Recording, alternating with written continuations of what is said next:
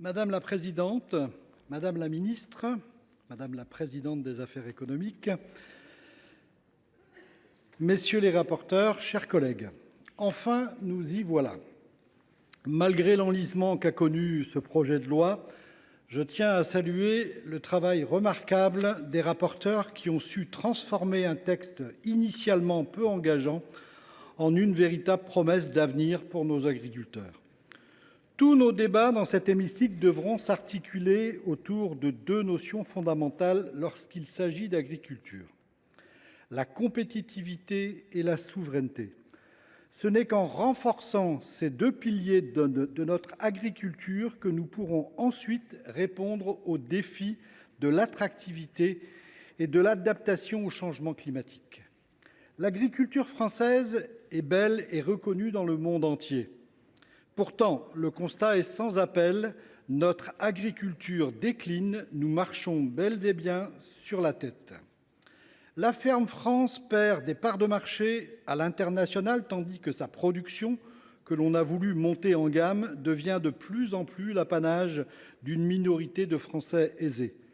Parallèlement, l'inquiétude grandit face à une agriculture où les fermes familiales laisseraient place à des exploitations industrielles. L'image d'Épinal du paysan de village reste chère au cœur des Français, mais la réalité a évolué. La mécanisation a réduit le nombre d'agriculteurs, a agrandi les exploitations et en a fait de la productivité et de la compétitivité des enjeux incontournables, tout en offrant des conditions de travail bien meilleures. Trop longtemps, ces sujets ont été éludés, comme si l'agriculture ne pouvait être qu'une vocation détachée des réalités économiques et sociétales. Or, nos paysans sont avant tout des entrepreneurs dont l'activité repose sur une logique de coûts et de bénéfices. Cela ne signifie pas pour autant qu'il faille sacrifier tout à la rentabilité. Notre responsabilité est de garantir à nos agriculteurs un revenu digne et d'engager une véritable simplification des normes et des obligations. J'en veux comme exemple les seuils d'installation classée pour nos élevages, les fameux ICPE, et les contraintes administratives qui en découlent, qui, comme d'habitude, vont au-delà de ce que nous impose la législation européenne. Le texte qui nous est proposé est une belle promesse pour nos paysans, mais nous devons rester vigilants.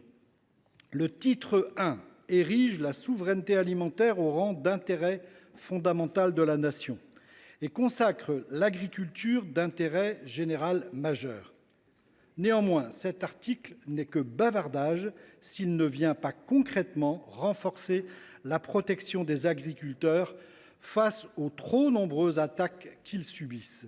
Ces affirmations doivent nous permettre de créer du droit et de défendre concrètement nos agriculteurs. Les mesures du titre 2 permettent quant à elles de voir une lueur d'espoir en matière d'éducation et de formation des futures générations. Le texte apporte quelques réponses aux défis de l'attractivité des métiers. En revanche, face aux bouleversements démographiques à venir, nous allons devoir mieux anticiper la transmission.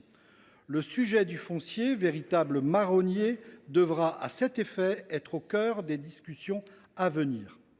Nous avons besoin d'un cap clair pour relancer notre innovation, alléger nos coûts de production et redonner des perspectives à notre agriculture.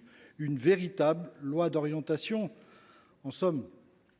Madame la ministre, mes chers collègues, alors que nous attendions avec impatience ce texte, nous pouvons, sur la base du travail de fond mené en commission, apporter collectivement en séance des premières réponses en faveur de la ferme France afin de faire renouer notre agriculture avec optimisme.